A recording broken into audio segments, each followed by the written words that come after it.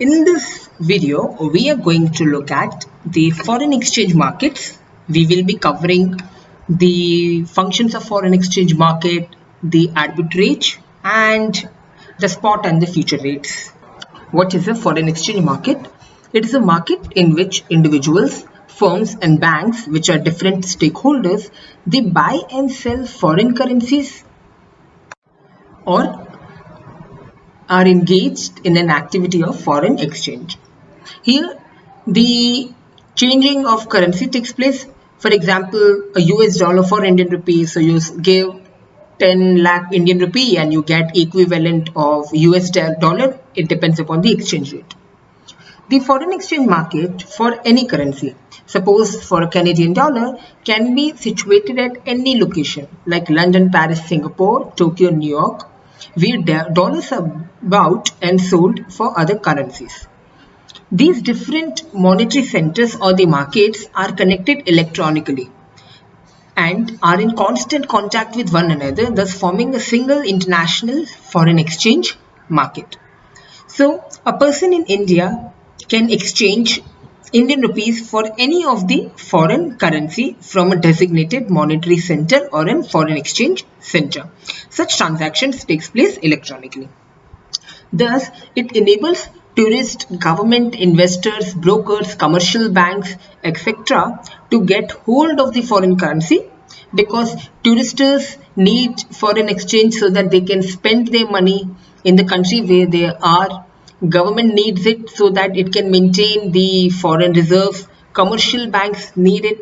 Brokers, investors need so that they can invest in the other countries. Thus, foreign exchange market play a crucial role in the economic development of a country. The functions of foreign exchange market. Foreign exchange market has three crucial functions. One is transfer function. Transfer function implies transfer of foreign currency from one nation to other. Hedging function. It protects the investors from the risk associated with the foreign exchange rates. And credit function. It extends the credit line to the exporters, importers so that they can take the deliveries. Transfer function enables transfer of funds or purchasing power from one nation to another nation. The transfer function is performed with instruments like bills of exchange, bank drafts, and telephonic transfers. These instruments help in completing these transactions so that transfer function can be accomplished. These transfer functions are increasingly accomplished through the excessive usage of internet. For example, a domestic bank in India will instruct its correspondent bank in United States of America to pay the specified amount of the US dollar to a specific person or to that person's account. The transfer function enables availability of the foreign currency instantaneously. Second is credit function. The credit function has stimulated the growth of the international trade because it extends the credit facility to the exporters and importers. Here, bills of exchange with a maturity period of 3 months are generally used for international payments because we know that when exports imports transactions are taking place, when such transaction takes place, the goods when they are delivered, the buyer needs time to sell those goods, and after he gets the money he can pay back to the exporter. So in order to provide the time frame to the importer and to ensure that exporter also has certain amount of money with him, the bills of exchange etc are entered upon, and such credit facility are extended by the foreign exchange market. The credit is required so that importer can get time to take possession of goods, sell them and obtain money and to pay off the bill. This is the crucial function of the foreign exchange market. The third crucial function is hedging function. Hedging function protects the exporters and importers from the losses which are associated with the markets. The short-term or long-term volatility affects the losses of the exporters and importers, and in order to protect their investments, their money from the market risk, the exporters and importers usually entered in a hedging contract. In hedging, an agreement is entered to supply the goods at a specified date, at a specified time, at a specified exchange rate. So, hedging contract ensures that exchange rate volatility does not affect their transaction. So even though the exchange rate is high or low, it won't matter because transaction will take place at the predetermined exchange rate.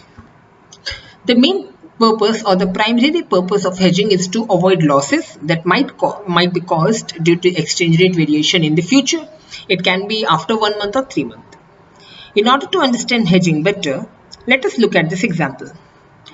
1 ton of wheat at the current exchange rate will cost rupees 3000 in India. The same ton of wheat after 1 month will cost rupees 4000 due to exchange rate volatility. So here 1 ton of wheat is being imported from US and its cost is 3000, but if same amount of wheat is imported from US after 1 month, the cost will increase by 1000 rupees and it will be rupees 4000. This is on account of exchange rate volatility. So what an importer or India can do, they will enter in a contract with the exporters to supply 1 ton of wheat after 1 month at a price of say rupees 3300. Now this 3300 price is there because certain variation is always included, because it is often believed that exchange rate or the value of the currency usually increases in the near future. So rupees 3300 is always better than rupees 4000 because here you are paying less as compared to what you will pay if you are not in a future contract. So this is how hedging actually protects the importers. As well, it also protects the exporters as well, because there can be a case where the exchange rate can fall to such a level that exporters can face losses. For example, look at this example only. So 1 ton of wheat at current exchange rate is of rupees 3000. Now after 1 month the same wheat is available for rupees 2000. So exporter will face losses there. So hedging protects exporters and importers. Let us look at the participants in the foreign exchange market. There are different people, stakeholders who participate in the foreign exchange market, and everyone has their own motives. First, we have traditional users. These are those, they need money so that they can spend instantaneously for recreational activities or for investment purposes, etc. So it includes tourists, importers, exporters, investors, etc. These are the immediate users and suppliers of foreign currencies. Thus, liquidity is high in this case. At the second stage, you have commercial banks. They act as a clearing houses between users and the earners of the foreign exchange currency, and so they require foreign currency so that transaction can be completed. At the third level, we have foreign exchange brokers. Through these brokers, nation commercial banks even out their foreign exchange inflow and outflow among themselves. So the interbank transfers or wholesale market transfer of the foreign exchange takes place through the foreign exchange brokers. So inflow and outflow takes place of the foreign currencies between the banks or the interbank transfers. At the fourth level, which is the highest as well, is the nation's central bank, which ensures that adequate foreign currency reserve is there so that import cover can be maintained and any volatility in the exchange rate can be addressed. So these are the 4 participants in the foreign exchange market. Look at the 2 different types of rates in the foreign exchange market. So when a foreign exchange transaction is entered upon, 2 types of rates are there: spot rate and forward rate.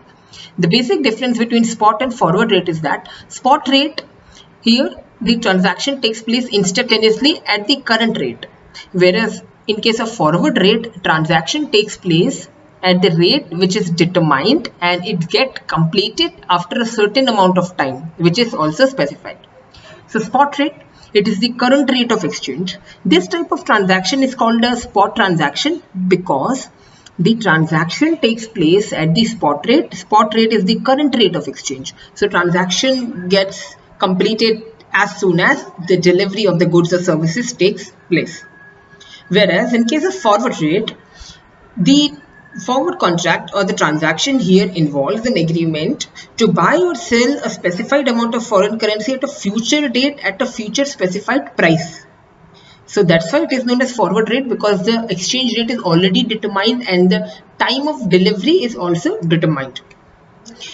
For example, if I am entering into an agreement that I will buy $100 6 months from now at an exchange rate of $1 is equal to rupees 64. Now, I'm not paying any currency, I'm not paying any amount to enter in contract. Only I am paying is the security margin. So in case if the exchange rate is falling or it is increasing, the losses can be covered and I won't default on the contract. After 6 months, I will get the $100 at the exchange rate of 64, which was already determined. And even though if at that time after 6 months exchange rate is $1 is equal to 674, it won't matter because I will get $100 at the rate of 64 rupees. So this is how spot and forward rates are determined and they are entered upon. Let us look at arbitrage. Arbitrage activity is very essential because it ensures that exchange rate between two currencies is same across different monetary markets or monetary centers. So an arbitrager purchase the currency in the market where the exchange rate is low and sell the same currency instantaneously in the market where exchange rate is high. Now, one thing to notice that the variation in the exchange rate is very minimal.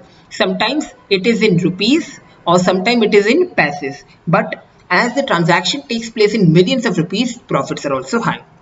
For example, if the dollar price of rupee was $1 is equal to 66 in New York and $1 is equal to rupees 65 is available. So $1 is available for rupees 65 in Mumbai and the same dollar is available in the New York market at rupees 66. So what an arbitrager will do? He will purchase the dollars in Mumbai and will sell the dollar immediately in the New York market. So he will purchase dollar at rupees 65, but he will sell at rupees 66. This 1 rupee margin will be his profit. Now, as we know that transaction takes place in crores, millions of rupees, so profits also comes in millions of rupees. Now, let us look at few of the practice questions. First is, who maintains the foreign exchange reserves in India? You should remember that it is the central bank of the country which usually maintains the foreign exchange reserve. So in case of India, it will be Reserve Bank of India. Whereas the Export-Import Bank of India, EXIM, it extends the line of credit to the exporters and importers. Question second, with reference to exchange rate, consider the following statement. Now here, managed floating exchange rate system is a mixture of flexible exchange rate system and fixed exchange rate system. And second is, in dirty floating, central banks intervene to buy and sell foreign currencies in an attempt to moderate exchange rate movements whenever they feel that such actions are appropriate. Now here both these options are correct because dirty floating is performed by RBI, the central bank, so that exchange rate volatility can be reduced. And yes, managed floating is a mixture of flexible and fixed exchange rate.